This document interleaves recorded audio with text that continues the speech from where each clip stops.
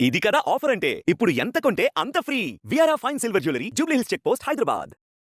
నమస్కారం, welcome to Suman TV. నేను గీతాంజలి. ప్రస్తుతం మనతో పాటు ప్రముఖ ఆధ్యాత్మికవేత్త, పంచాంగకర్త బ్రహ్మశ్రీ చిలకమర్తి ప్రభాకర చక్రవర్తి శర్మ గురుగారు ఉన్నారు. వారితో మాట్లాడదాం. గురుగారు నమస్కారం అండి. నమస్కారం అమ్మా. విశ్వావసునామ సంవత్సర శుభాకాంక్షలు మీకు.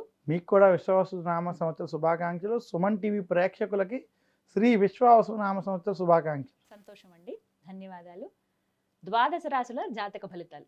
ఉగాది అనగానే ఉగాది పచ్చడి స్వీకరిస్తాం. దాంతో పాటుగా పంచాంగ శ్రవణం అందరూ చేసేదే. మరీ ముఖ్యంగా అందరూ తెలుసుకోవాలనేది ఈ సంవత్సరం ఎలా ఉండబోతోందా వాళ్ళ జాతకం. అందులో భాగంగా ఈ సంవత్సరం బాగా కలిసి వచ్చేటువంటి అదృష్టం ఏ రాశుల వారికి ఉంది, అంతే ఇంకా బూరెల బుట్టలో వీళ్ళు పడ్డారు అనేవాళ్ళు ఎవరైనా ఉన్నారా? అది ఏ రాశుల వారు తెలియచేయండి. ముందుగా సుమన్ టీవీ ప్రేక్షకులకు ఉగాది శుభాకాంక్షలు తెలియజేస్తూ, ఉగాది రోజు మనం చేయవలసిన ఆచరించవలసిన ముఖ్య నియమాల్లో ఒక 5 ఉన్నాయి. అందులో ఉగాది రోజు తైలాభ్యంగన తలస్నానం ఆచరించడం. ఈరోజు ఎట్టి పరిస్థితుల్లోనూ సూర్యోదయానికి పూర్వమే లేవడం, నువ్వుల నూనెతో మర్దన చేసుకుని తలస్నానాన్ని ఆచరించడం, కొత్త బట్టలు కట్టుకోవడం, ఇంటిని మామిడి తోరణాలతో అలంకరించుకుని శుభ్రంగా ఉంచుకోవడం, ఈరోజు మీ ఇంటి ఇలవేలుపుని పూజించడం, ఒకరికి వెంకటేశ్వర స్వామి, ఒకరికి అమ్మవారు ఎవరైతే. అలాగే ఈరోజు ఉగాది పచ్చడిని భగవంతుడికి నివేదన చేసి అది తినడం, అందరికీ పంచిపెట్టడం. ఇంకా 6వది ముఖ్యమైనది పంచాంగ శ్రవణం. ఏదైతే మీరు అడిగినటువంటి పంచాంగ శ్రవణంలో ఈ సంవత్సరం మనకి ఏ రాశులకి అద్భుతంగా ఉన్నాయంటే, ప్రతి సంవత్సరం కొన్ని రాశులకి అద్భుతంగా ఉంటాయి.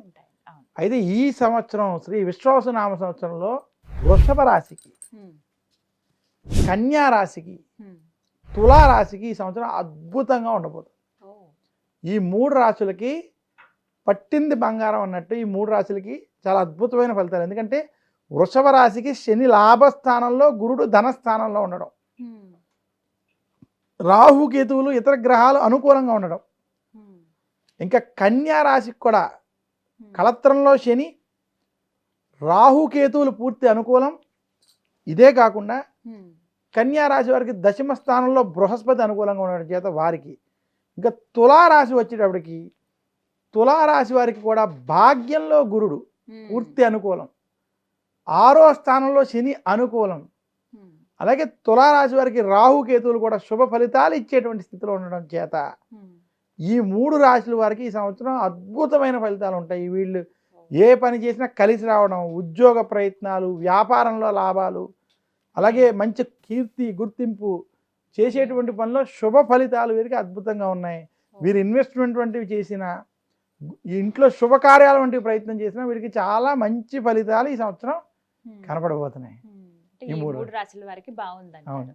ప్రత్యేకించి ఈ రంగంలో వారికి బాగుంటుందని ఉందా అండి? లేదు, ఈ 3 రాశుల వారికి ఏ రంగంలో ఉన్నా కలిసి వస్తుంది. అన్ని రంగాల్లో ఉన్నటువంటి వారికి ఈ 3 రాశుల్లో అద్భుతంగా ఫలితాలు ఉండబోతున్నాయి. అంటే ఏ రాశులకి బాగున్నా వారికి సమస్యలు ఉంటాయి, బాగోలేని రాశుల వారికి మంచి రోజులు ఉంటాయి. కానీ వీరికి సమస్యలు ఉన్నా ఈ సంవత్సరం తెలియవు, వారు ముందుకు వెళ్ళిపోతూ ఉంటారు, అన్నిట్లోనూ విజయాన్ని పొందుతారు. కలిసి వచ్చేటువంటి సంవత్సరం ఈ సంవత్సరం. అయితే ఇంకాస్త మెరుగైన ఫలితాలు వీళ్ళకి ఉండాలి అని అంటే గనక దైవారాధన. ఈ 3 రాశులు కనుక ఇంకా మంచి శుభ ఫలితాలకు పొందాలి అంటే మాత్రం లక్ష్మీదేవిని పూజించడం, కనకదారా స్తోత్రం అంటే స్తోత్రాన్ని పఠించుకోవడం, అలాగే దక్షిణామూర్తి స్తోత్రాన్ని పారాయణం చేసుకోవడం వల్ల మరింత శుభ ఫలితాలు పొందగలరు.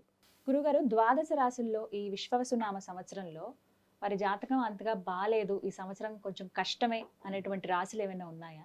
వారి గురించి వివరించండి. ద్వాదశ రాశుల్లో ఈ సంవత్సరం అస్సలు బాగోలేదు అనుకునేటువంటి రాశులు మనకి ఈ రకంగా ఉన్నాయి.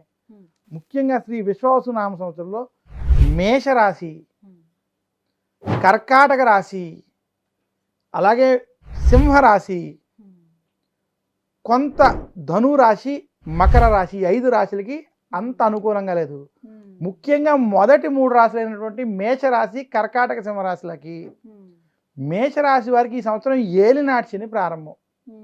ఏలినాటి శని ప్రారంభంతో పాటు మేషరాశి వారికి గురు బలం లేకపోవడం, తృతీయంలో బృహస్పతి సంచారం, అలాగే రాహు కేతువులు కూడా కొంత అనుకూలంగా లేనటువంటి స్థితి చేత మేషరాశి వారు ఈ సంవత్సరం ఖచ్చితమైన జాగ్రత్తలు తీసుకోవాలి. వీరికి అప్పు చేయకూడదు, అప్పు ఇవ్వకూడదు, కొత్తగా ఇన్వెస్ట్మెంట్లు వంటివి చేయకూడదు.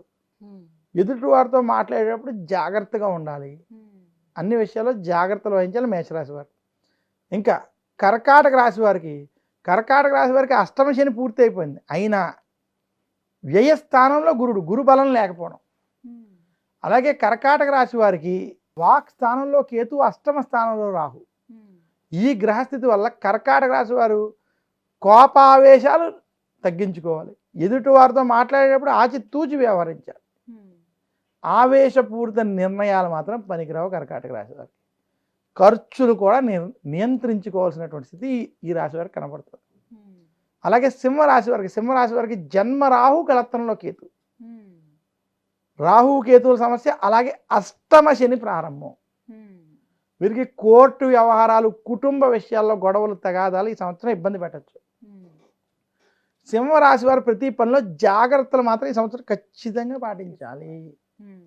అష్టమ శని వల్ల హెల్త్, ఆరోగ్యం చాలా జాగ్రత్తగా చూసుకోవాలి. టెన్షన్లు, బీపీ వంటి సమస్యలు, ఆరోగ్యంలో కొంచెం హైపర్ టెన్షన్ వంటి కొంచెం ఇబ్బందులు మాత్రం వీళ్ళకి ఇబ్బంది పెట్టచ్చు. సింహరాశి వారు కనుక ఆరోగ్య విషయాల్లో, కుటుంబ విషయాల్లో కనుక జాగ్రత్త వహిస్తే ఈ సంవత్సరం కొంచెం ఇబ్బంది లేకుండా ఉంటే ఈ విషయాల్లో కొంత వాళ్ళకి ఇబ్బంది పెట్టచ్చు. ఇంకా సింహరాశి అయిన తర్వాత మనకి ఈ సంవత్సరం కొంత మకర రాశి, మనం ధనురాశి, మకర రాశి కూడా, అంటే మకర రాశి సంగతి చూసుకున్నట్లయితే మకర రాశికి ఏలినాటి శని వదిలిపోయింది ఈ సంవత్సరం.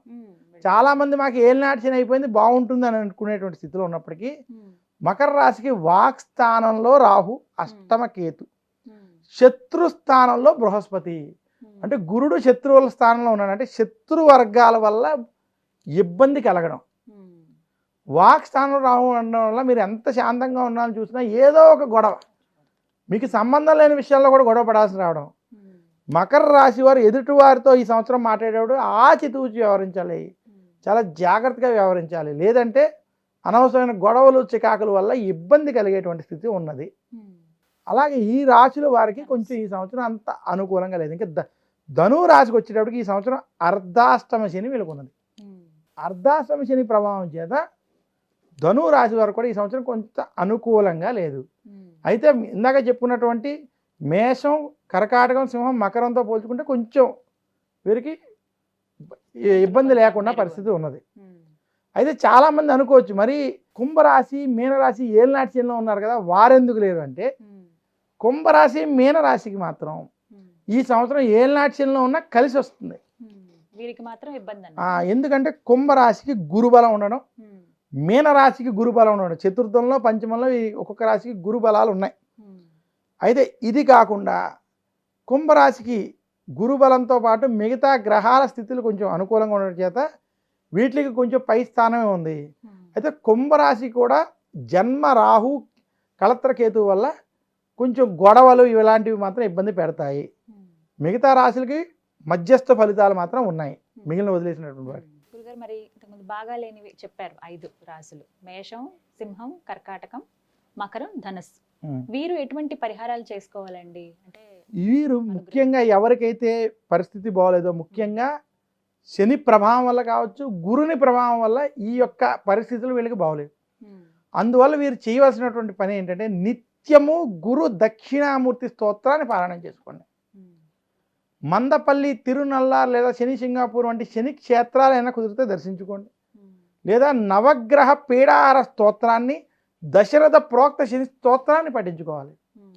దీనితో పాటు ఎవరికైతే రాహుకేతు సమస్యలు వాక్స్థానంలో ఉన్నాయో అటువంటి వారు దుర్గాదేవిని, సుబ్రహ్మణ్యుడిని కనుక పూజించినట్లయితే మరింత శుభ ఫలితాలు మీరు పొందగలరు. గురుగారు, మరి ఏలినాటి శని ప్రభావం కుంభరాశి అలాగే మీనరాశి వారికి ఉంది కదా, వారికి ఎటువంటి ఫలితాలు ఉండబోతున్నాయి ఈ సంవత్సరం? కుంభరాశి, మీనరాశి, మేషరాశి 3 రాశులు కూడా ఏలినాటి శని ప్రభావంలో ఉన్నాయి. అందువల్ల ఈ ముగ్గురు కూడా ఏలినాటి శని ప్రభావం నుంచి తప్పించుకోవడానికి, ముఖ్యంగా వీరికి ఏలినాటి శని వల్ల కుంభరాశికి అయితే ధనపరంగా సమస్యలు, వృత్తి ఉద్యోగ వ్యాపారంలో సమస్యలు అధికంగా ఉంటాయి. మేషరాశికి కూడా ధనపరంగా సమస్యలు అధికంగా ఉంటాయి. ఇంకా మీనరాశికి జన్మ శని పరంగా, ఆరోగ్యపరంగా కొంత సమస్యలు ఉంటాయి. ఇటువంటి శని ప్రభావం ద్వారా వచ్చేటువంటి సమస్యలను తొలగించుకోవడానికి వీరు శనికి తైలాభిషేకం చేసుకోవడం, అలాగే మందపల్లి వంటి క్షేత్రాల్లో దర్శనం వంటివి చేసుకుని అక్కడ శాంతులు చేసుకోవడం, ముఖ్యంగా దశరథ ప్రోక్త శని స్తోత్రాన్ని, దక్షిణామూర్తి స్తోత్రాన్ని వీరు నిత్యం పారాయణం చేసుకోవడం చేత వీరికి ఉన్నటువంటి శని బాధలు తొలుగుతాయి. అలాగే నలుడు యొక్క నల దమయంతుల కథ వంటివి చదువుకోవడం, ఆంజనేయ స్వామిని పూజించుకోవడం, వెంకటేశ్వర స్వామిని పూజించడం చేత మరింత శుభ ఫలితాలు వీరికి కలుగుతాయి. చాలా చక్కగా వివరించారు గురుగారు. ధన్యవాదాలు. ధన్యవాదాలు.